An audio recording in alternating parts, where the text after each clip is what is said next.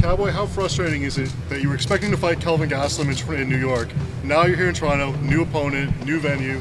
Does it change anything? No. I mean, it sucked, but hey, I'm here. I get to fight in Toronto now, and hopefully I get a rally for Denver on the 28th, so we'll see. How happy are you to be fighting Matt Brown, though? This is a fight you've wanted for a while now. It's finally taking place. Yeah, it's exciting. Matt and I used to train together, so sure he knows exactly what I'm going to do, and I know what he's going to do. So it's going to be fun, man.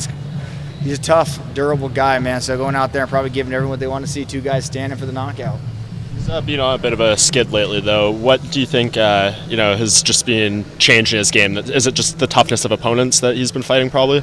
And I don't know what's going on at home with him. I don't know. I mean, that's what's crazy about the sport. You can be 100% ready to go and take one bad shot, on any given Sunday. So it's sport's crazy. You can't really go on, oh, he lost his last one, or oh, he lost the one before that. It's an individual thing every time. You never know. So might be his night, might not be, but I plan on going out there and kicking ass, taking names. So we'll see.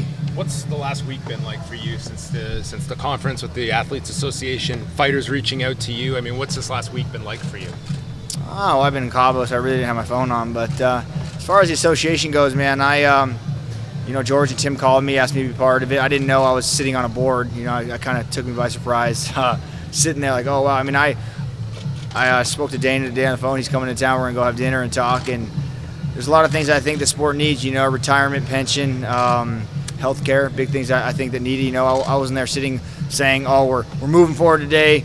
We're going on strike. We need more money. That wasn't coming out of my mouth at all, and there's a couple people that were there that I don't plan on working with and, being a part of. So not mentioning any names, but I was there mostly just not saying I'm leading a board or I'm sitting on a board, more just voicing my opinion, saying what I think the sport needs. So and moving forward, I'm still going to stand strong with those and say this is what I believe we need. I mean, I think we need as a whole, we need healthcare, and we need some kind of pension or retirement.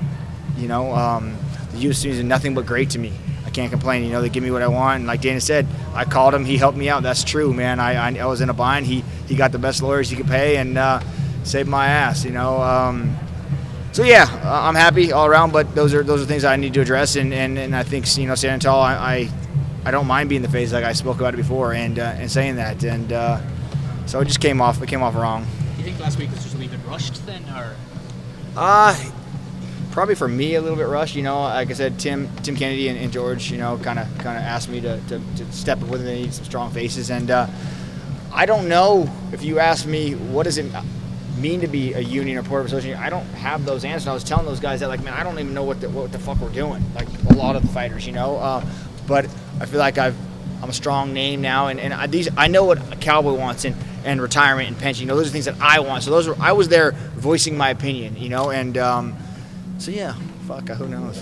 What did Dana tell you in the short conversation you had with him? He said, "Oh, nothing. We didn't talk. We're gonna go sit down and meet." And he said, "Listen, kid, you can do anything you want. We have a good relationship, him and I. And he's right. I probably should have called him and said, 'Hey, man, I'm going to do this.' That way you don't just get a backhand to the face." But yeah, who knows? A lot of people have been asking you about your eye.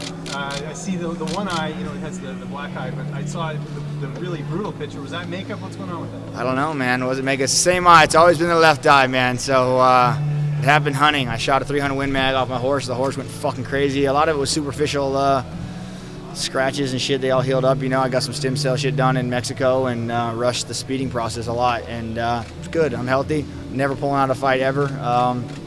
A lot of my coaching stuff were against it. They said, hey, you get hit in the eye, it's going to split back open, but it's all healed up. It's all superficial. I'm sure he's going to hit me in it, but hey, let's go. So you never were worried that you were going to pull off this card? No, never. Not even. Like I said, my eye's fine. Well, I mean the commission more so than anything. Yeah, but I had to go through steps and get all that checked out. I had to go see, go see doctors and get approved, and like it was the process, So it's not like the UFC and the commission. Everyone's like, oh.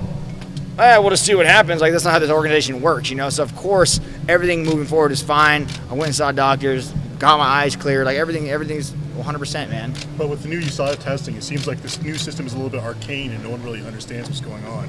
Was that a concern, or is that something you'd like to see addressed? I talked to Jeff about the and everything. Are you speaking about the eye, or are you speaking about as a whole? Just in general. I love the fact that now everything has to be on the up and up. I wish they'd come to my house. Sometimes they just come and take urine. I wish they'd take blood every time. I wish it'd be, absolutely. I'm for getting all the people using not legitimate drugs, and so why not? It makes it a level playing field. You mentioned going to Cabo. Is that Yeah. something like normal pre-fight week routine, or is it just what took you down there, the week before the fight? Well, healing and chilling, fishing, sun. No, I was just hanging out, man. We got a lot of work done there. I was do some good rounds with Joe Schilling, and we trained and played, and it's just what I do, man. Who knows? Drinking beer on the beach is fun. You get another finish here over a guy like Matt Brown, who's obviously very tough. Sure. Where do you think that sort of places you in the division at this point? I don't care where it places me in the division. All I care about is Denver, Colorado, please. So I'm ready to turn it around and go. So I seen they just announced the main event. Shit, I'll fight on the Fight Pass. I don't even care. I just want to fight, man. So Any idea you want to? George Masvidal's been talking a lot about fighting. Is he someone you'd want to fight on that card? anybody. I mean, it was weird. George coming to me saying that he's an opponent that I've never been offered him ever, never. So I don't know why he for this fight. He's like, I should when you were fighting last weekend. Like, how could they get pulled? So his name never came into the names, and I'm a guy that I don't sit down with my team and we strategically pick who's next. It was Kelvin was off. Silva came up and said, "Hey, you're fighting Matt Brown in Toronto." I said, "Done." There wasn't any negotiation. It was so. But yeah, I mean, whoever. I don't care. Whatever's next, man. It ain't no difference to me. I just want to fight. Had the frustration of the New York fight been scrapped like that? Well, I wish Kelvin would have called me and said, "Hey, man, I'm not going to make it," because we could have figured out the 5 pounds. I would have just showed him 182. I don't care, I would have taken the hit for the missing, and we still could have both fought. And so had there been a little more conversation between him and I, that would have probably been a little better. But there's a fight. Anywhere else we could have still fought because it was just New York. But it sucks. I didn't get to make history there. I'm here in Toronto about to make history, so it's all right. Your coaches aren't here yet. When are they expected to arrive? You can do the open workout today. Yeah, the problem with running with Cowboy is you probably are a little loose around the edges too, right? So getting in this country is kind of tough for some people. So we got to go through hoops and get in here. So I got a couple of my coaches here, waiting on a couple more, and it's all right. I wanted to work out, but hey, talking to everyone was fun too. Tonight, we get in tonight. Yeah, 4 o'clock and 10 o'clock. So, Don, when we saw you in Ottawa, you said you were going to be a hero in Ottawa. You're a hero today. You're the most popular guy with the fans, it seems like. What do we need to do to adopt you to the Toronto Sports Hall of Fame? Oh, wow. Just open the border to me. Let me come and go as I want. All right. It's good. I'm on a Canadian rehabilitation program, which is good. So I'm working my way up there. Excellent. I read Matt said you are overrated. I also remember Pat Cote said the same thing before your fight in Ottawa. Why do you think guys keep saying that about you with your record and your track record and everything? Yeah, man.